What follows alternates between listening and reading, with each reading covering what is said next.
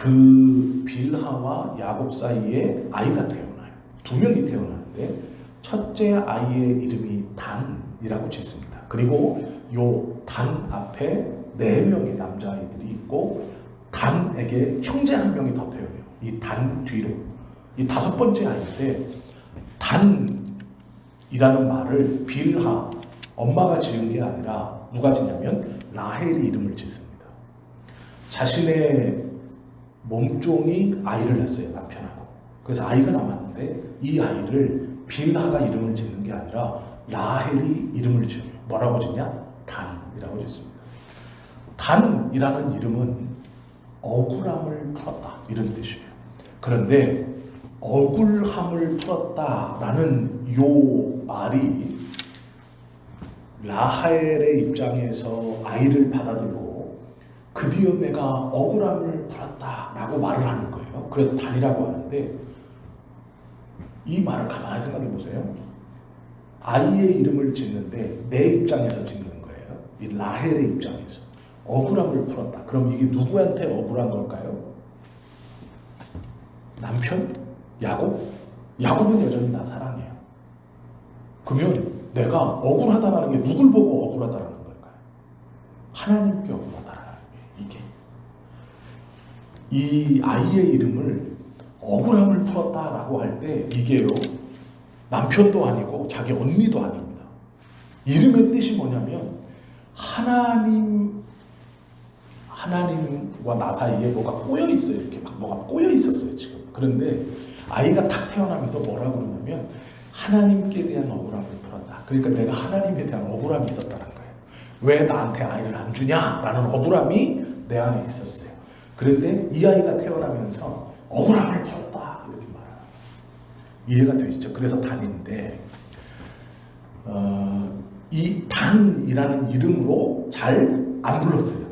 왜 안 불렀냐면 단이라는 이름이 하나님 앞에 억울함을 풀었다라고 하니까 좋지 않죠.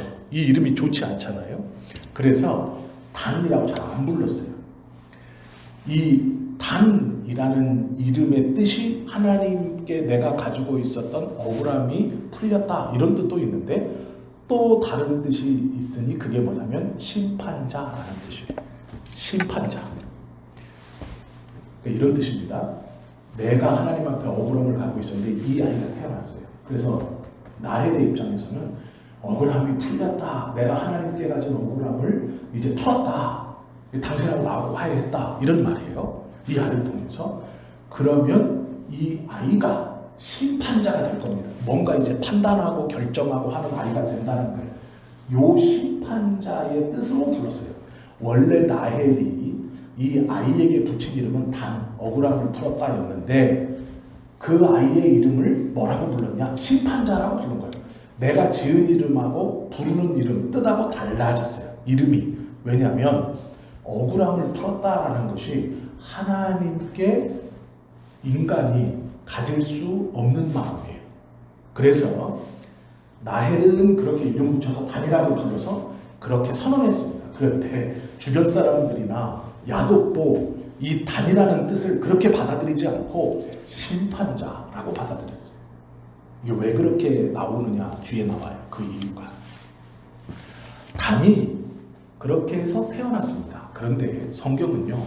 이 단에 대해서 별 기록이 없어요. 중요하게 여기거나 어떤 큰 이런 족적을 남긴 아이가 아닙니다. 12지파의 조상이긴 해요. 12지파의 한 단지파의 조상이 맞습니다. 그리고 놀라운 것은 사사시대에 가면 사사시대 중에 힘이 제일 세고 헤라클레스와 같다고 비견되는 삼손이 이 단지파입니다. 그래서 이 단의 후손이 헤라클레스, 삼손이에요. 이 단이 성경에 등장할 때가 언제냐면 자신의 누이 동생 디나가 세겜성에 있는 사람들 중 유력자의 아들에게 강간을 당합니다. 그랬는데 그 세겜성에 있는 이 디나를 강간했던 그 세겜성에 아주 높이 있는 그 유력자가 그냥 하루 저녁 이렇게 잠자리로 쓰고 이 디나를 버린 게 아니에요. 결혼하고 싶었어요. 그래서 이 야곱의 집을 찾아와서 디나에게 이런 일을 행했는데 우리가 잘못했습니다. 우리가 그냥 한 것이 아니고 혼인을 하고 싶어서 그랬습니다. 그래서 내 아들이 당신의 딸인 디나와 정식으로 혼인을 하고 싶습니다. 어떻게 하면 되겠습니까? 그러니까 이제 이쪽에서 뭐라 그러냐, 우리는 할례받지 않은 부정한 자들과 혼역할 수 없다. 그러면 너희가 다 할례를 받아라. 세겜성 사람들은요 당연히 거절해야 되는 거예요. 할례를 받는다는 게 어떤 의미냐면 신을 바꾼다는 얘기예요. 내가 믿는 신을 바꾸겠다. 우리도 여호와를 믿겠다 이런 뜻이거든요. 그 성의 유력한 가문의 아들 하나가 지금 저 여자하고 결혼을 하고 싶은데 그 성 전체가 다 종교를 바꾸는 거예요. 이 신을 바꿔버려요. 이건 대단한 일입니다. 그래서 다 할례를 받아요. 그런데 그때 어떻게 하느냐? 시므온과 레위와 단이 할례 받아가지고 못 움직이는 그 세겜성에 뛰어들어가서 남자를 싹 다 죽여버립니다. 겉으로는 그래? 결혼할 것처럼 그 대신에 너희가 거룩한 백성이 돼야 된다. 할례해라. 남성 성기의 표피를 다 잘라라. 이 사람들이 잘랐어요. 그러니 뛰어들어가서 싹 다 죽여버려요. 이때 단이 등장합니다. 단이 이 육체적으로 힘적으로 굉장한 장수의 감이었어요. 그러니까 싸움을 굉장히 잘하고 전투에 능한 사람이었습니다. 단을 심판자라고 불렀던 것은 앞에 의미가 있어요. 어떤 의미냐면 공의의 심판자. 그런데 단이라는 사람이 왜 성경에 기록되어 있지 않냐면 단이라는 사람이 삶을 보면, 삶의 기록을 보면 진짜인지 아닌지는 모르지만 사적인 복수를 하는 일에 자신의 힘을 많이 사용합니다. 성경에 이 정경이라고 말하는 창세기, 민수기 얘는 없지만 외경이 있어요. 성경은 정경, 66권 정경과 외경, 성경에는 들어올 수 없지만 성경에 있는 것을 충분히 뒷받침해 줄 수 있는 거룩한 글이라고 해서 외경, 정경 바깥에 있는 거룩한 글이라고 해서 외경이 있어요. 그 다음에 또 위경이라는 게 있어요. 이거는 거짓말이에요. 그래서 위경은 신경 쓸 게 아니에요. 그런데 성경 66권에는 들어오지 못했지만 이 정경, 캐논에는 들어오지 못했지만 참고할 수 있는 거룩한 글들이라고 해서 외경, 정경 외에 성경들이 있습니다. 이것이 적게는 약 2천여 권에서 많게는 2만여 권이라고 말해요. 위경은 5만여 권에서 10만여 권 정도가 있습니다. 위경, 거짓된 글, 베드로의 이름을 써가지고 쓴다든가, 마리아의 이름을 써서 쓴다든가, 도마의 이름을 써서 쓴다든가, 이런 문체도 안 맞고 역사도 안 맞고 내용도 허무맹랑한 그런 위경들이 있고, 이건 위경이라고 안 부르고요, 원래는 위서 이렇게 불러요. 거짓된 책 이렇게 부르고, 정경과 외경, 요 외경에 단의 이야기를 기록한 글들이 많아요. 단의 이야기를 아예 이 야곱의 12지파 아들들의 이야기들을 세세하게 기록한 책 중 하나가 있어요. 그 책에 보면 성경에서는 이 단이라는 아들의 어떤 사적이 많이 없기 때문에 요 외경에 쓰여져 있는 단이라는 사람의 삶의 스토리를 많이 초대교회 때 봤어요.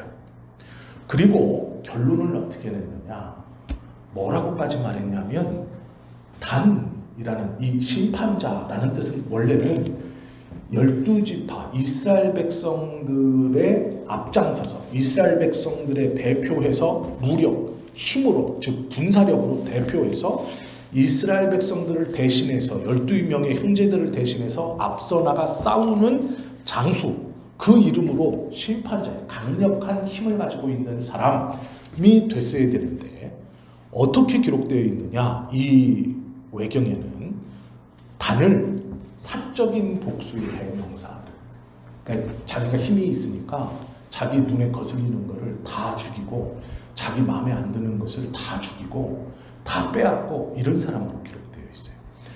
그런데 12명의 형제들 중에서는 앞에서는 친한 척하고 뒤에서는 형제들을 이간질하고 자신의 것들을 빼앗고 자신의 것을 넓히는 이런 사람으로 써 있어요.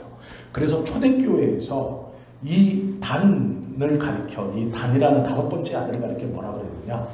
적그리스도의 모범이다. 이렇게도 표현하기도 합니다. 이 예수님과 대척점에 서 있는 사람을 대표적으로 단이라고 기록하기도 했어요. 이름이 똑같이 쓰는 겁니다. 심판자. 성경에서 왜 이 사람의 기록이 없느냐? 놀랍게도요. 창세기에 가면 14만 4천을 구원받은 자의 숫자가 있으니 그를 세어보라. 그 수가 14만 4천이다. 요한계시록 7장에 요한이 쓴 책입니다. 사도 요한이 요한계시록을 쓰면서 구원받는 하나님의 백성들의 수를 세어보라. 그 수가 14만 4천이라고 써놨는데 그 수에 출발이 있어요. 거기에 12지파가 쓰여 있어야 되는데 단지파가 없습니다. 그 대신에 요셉지파가 2번 나와요. 한 번은 요셉지파, 한 번은 므낫세라고 해서 2번 나와요. 그리고 단지파가 빠졌어요. 요한이 생각하기에, 요한은 예수님 시대 사람이거든요. 요한이 생각하기에 자기들의 구전으로 전해 내려오는 야곱의 5번째 아들 단이라는 사람의 삶의 이런 소문 듣는 것이 구원받은 사람으로서 야곱의 아들들로서 도저히 행할 수 없는 이런 행동들을 하면서 살아왔어요. 그래서 계시록에서 구원받은 이 이스라엘 지파를 쓸 때도 단이 빠져요. 단지파가 아예 들어가 있질 않아요. 그 정도로 초대교회에서는 이 단이라는 야곱의 5번째 아들을 굉장히 좋지 않게 봤다. 적그리스도의 모형이라고까지 평가할 정도로 이 단이라는 아들, 5번째 아들에 대해서 좋지 않게 봤어요. 왜 그랬냐? 이 단이 무슨 짓을 했냐면 요셉을 팔고 요셉을 미디안 상인들한테 팝니다. 형제들이. 그리고 나서 요셉의 옷가지를 벗겨가지고 짐승의 피를 묻혀서 아버지에게 갖다 줄 때 제 옷 벗겨가지고 짐승의 피에 묻혀서 이렇게 하면 아버지가 죽은 줄 알겠다. 야곱이 죽은 줄 알 거다라고 말을 했고 그걸 실천한 사람을 단이라고 기록하고 있어요. 외경에 성경에는 없습니다. 그렇게 얘기하지 않아요. 누군지 안 나와요. 누가 그 말을 했는지 안 나오는데 외경에 그걸 다 단이 했다고 말하고 있어요. 그리고 단은 하나님께서 구원의 백성의 이 줄기로 아브라함부터 이삭, 야곱, 요셉 이렇게 이어오는 이것 중에 이 요셉을 특별히 미워했다고 나와요. 그래서 어려서부터 요셉을 괴롭히고 미워하는 사람으로 등장시키고 있습니다. 그래서 굉장히 안 좋은 사람으로 나와요. 그런데 이 단은 육체적인 힘도 셌고 자기가 강했을 뿐 아니라 이 이스라엘의 전투력을 상징하는 사람이었어요. 장군. 그런데 그것을 공의의 이런 심판으로 쓰지 않고 사적인 심판으로 썼다. 그리고 믿음의 후계인 요셉을 미워했고 그 요셉을 죽이려고 몇 번씩 했어요. 그래서 초대교회에서 이 단이라는 야곱의 5번째 아들을 좋아하지 않았어요. 평가가 너무 좋지 않아요. 심지어는 말씀드린 것처럼 세례 요한이 아니죠. 예수님의 제자 요한은 이스라엘의 구원받은 자에게서 단지파를 아예 뺄 정도로 그 정도로 좋아하지 않았어요. 왜 그러면 성경에 기록도 잘 안 돼 있고 또 심지어 야곱은 이 단을 열왕기 하의 10장에 보면 뭐라고 했냐면 뱀, 독사 이렇게 표현합니다. 자기 아들인데. 근데 그 정도로 구원의 백성과는 어울리지 않는 삶을 산 사람이 단이에요. 아버지가 자기 아들을 보고 독사, 뱀이라고 불러요. 이렇게 할 정도면 우리의 생각에 이 사람의 삶이 어떤가를 알 수 있죠. 성경에 쭉 기록이 없다가요. 창세기 37장 그리고 잠깐 나오고 창세기 46장에 가면 이 야곱의 12아들들의 후손들의 이름들이 쭉 나옵니다. 그런데 평균적으로 야곱의 12명의 아들들의 후세대들이 아들이 3명씩 나와요. 평균 3명. 그런데 이 단의 아들은 1명밖에 없어요. 후심이라는 아들이 나오는데요. 다른 성경에는 이 수람이라고 기록되어 있습니다. 후심이라는 말과 수람이라는 말은 같은 이름이에요. 그런데 단의 아들만 유일하게 1명이 딱 기록되어 있습니다. 아들이 없어요. 단이라는 이 야곱의 5번째 아들은 다른 야곱의 아들들과 다르게 후대가 없어요. 그래서 1명 후심이라는 아들만 딱 기록되어 있습니다. 그리고 끝나요. 그 뒤로는 안 나와요. 그리고 나서 두리뭉실하게 이스라엘의 12지파를 얘기할 때 그냥 단지파 이렇게 나옵니다. 계보가 어떻게 이어져 내려왔는지 안 나와요. 그리고 한참 뒤에 삼손을 단지파라고 해요. 삼손이 딱 등장할 때 거기서 나옵니다. 이 성경에서 이 야곱의 5번째 아들을 기록할 때 처음부터 좋지 않은 의도를 가지고 기록하는 것을 우리가 보죠. 왜 그럴까라는 거예요. 삼손 전에 삼손의 행태를 쭉 올라가면 출발이 단입니다. 단하고 삼손은요, 단도 삼손처럼 힘이 좋았어요.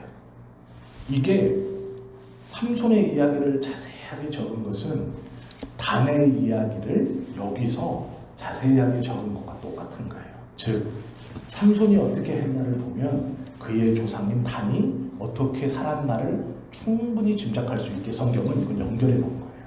그래서 삼손은 막강한 힘을 가지고 있었음에도 하나님을 섬기지 않고 블레셋 여인에게 빠지고 이방인들과 그리고 자기 마음대로 하나님이 주신 힘을 가지고 자기 멋대로 살았죠. 단도 똑같아요. 멋대로 살았어요. 그래서 삼손의 후계가 성경에 기록되어 있지 않습니다. 그것처럼 단이라는 사람의 아들 후심 하나만 딱 있고 그것도 그 아들이 누구다도 없고 그냥 그 다음부터는 그냥 단지파 이렇게 뭉그러뜨려 얘기해요. 12지파를 얘기할 때 빼놓을 수 없으니 단지파. 그러다가 계시록에 가면 아예 이 지파 이름을 쓰지 않아요. 구원받은 백성에서 빼버립니다. 왜 그럴까? 이걸 좀 함께 생각해 보려고 그래요. 야곱의 아들입니다. 그리고 5번째 아들이에요. 출발은 괜찮았어요. 출신은 괜찮습니다.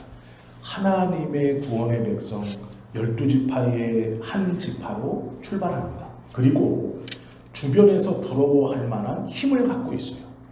삼손과 비견될 만한 힘을 갖고 있다라고 말하면 굉장한 힘을 갖고 있는 거예요. 그런데 모든 사람은 이 단에게 어떤 걸 기대했냐? 공의의 심판자를 기대했어요. 이스라엘 백성들을 대신해서 전쟁에 싸울 자, 이스라엘 백성들의 억울함을 풀어줄 사람, 이스라엘 백성들을 지키고 보호하고 이스라엘 백성들의 파수꾼이요, 이스라엘 백성들의 제일 앞에 서서 이방 민족들을 막는 사람으로 쓰임받기를 원했어요. 그리고 그렇게 기대했고 그런 이름을 붙였어요. 그런데 이 단의 삶이 그렇지 못했다는 거예요. 뒤로 갈수록 이의 삶이 어땠는지 차마 기록되어 있지 않지만 후대 사람들은 이 단을 형편없는 사람으로 기억하고 결국에는 믿음의 계보에서도 빠집니다. 우리가 좀 가만히 생각해 보셔야 돼요. 하나님께서 우리에게 은혜를 주시고 내가 믿음을 가지고 하나님이 나에게 사명과 소명을 주시고 내가 어떠한 하나님의 달란트를 가지고 맡겨진 일을 잘 감당하면서 사는 것.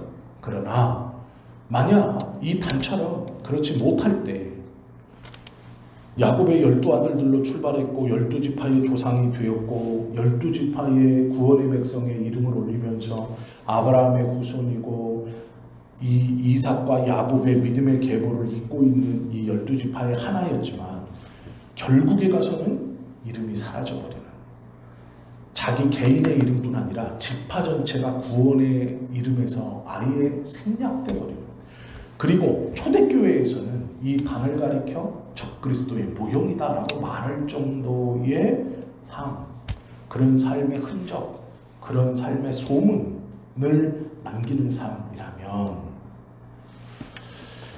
우리가 지금 내 삶을 돌아보면서 하나님, 내가 주님의 은혜를 경험하고 구원을 받고 내가 내 맡겨진 자리에서 이렇게 살아갑니다. 내가 믿음의 사람으로 직분을 받았고 할 때 우리의 마지막, 우리의 다음 세대들이 우리를 기억할 때 예수께서 오셔서 우리의 이름을 잃어버리고 부르지 않는다면 지금 내가 남들과 비교해서 그래도 하나님 앞에 이렇게 예배드리고 이렇게 기도하고 이렇게 헌신하면서 하나님이 나에게 기대하신 것은 공의의 심판자, 12명의 형제들을 대표한 강한 앞서 싸우는 자. 그러나 나의 속마음과 내 삶은 내 사이사욕, 내가 가지고 싶은 것, 내 소원, 내 원함, 그것만을 채워가기를 원하는 신앙을 갖고 있다라면 우리의 평가나 우리의 마지막도 이 단처럼 되지 않는다라는 장담을 할 수 없죠.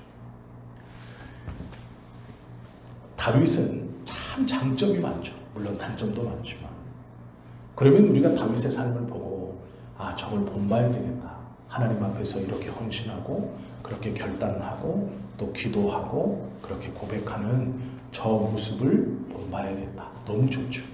그러나 성경은 단이라는 사람에 대해서 기록해놓지만 굉장히 부정적으로 쓰고 있어요. 아니, 기록 자체가 없어요. 누구의 아들이고 12지파의 출발이지만 기록이 없어요.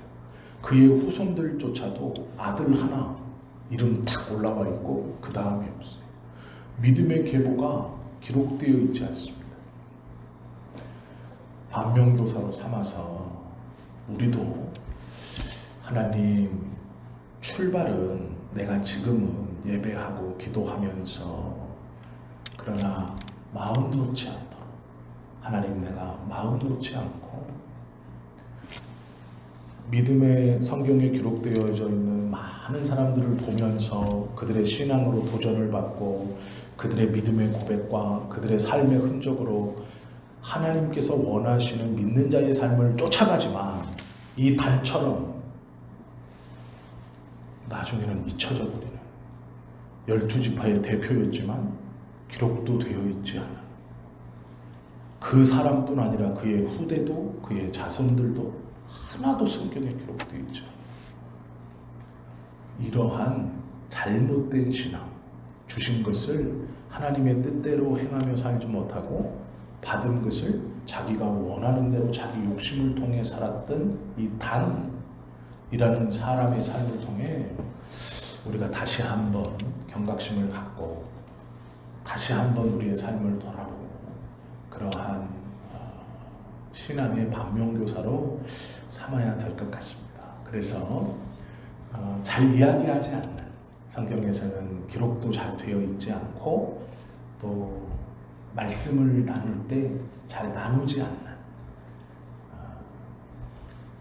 그런 단이라는 야곱의 5번째 아들의 삶을 저희가 잠시 보았죠. 그리고 그의 결말을 잠깐 보았습니다. 이렇게 믿음에서 떨어지는 자가 되지 않을 수 있기를 위해서 기도해야 하고 하나님 앞에 조금 더 민감하게 조금 더 깨어 있어서 요한계시록 7장에 믿음의 사람들, 믿음의 이스라엘 12지파와 족보가 기록될 때 참 비참하게도 이 단 지파가 아예 빠져 있습니다. 우리가 하나님께서 나에게 주신 은혜들, 내가 누리는 이 믿음의 삶의 모습들을 나의 사리사욕만 위해서, 내 어떠함만 위해서 사용한다면 그럴지도 몰라요. 불러주시지 않을지 몰라요. 한번 다시 마음을 다잡고 다시 한번 긴장하고 하나님, 내가 이 단의 삶을 반면교사로 삼아서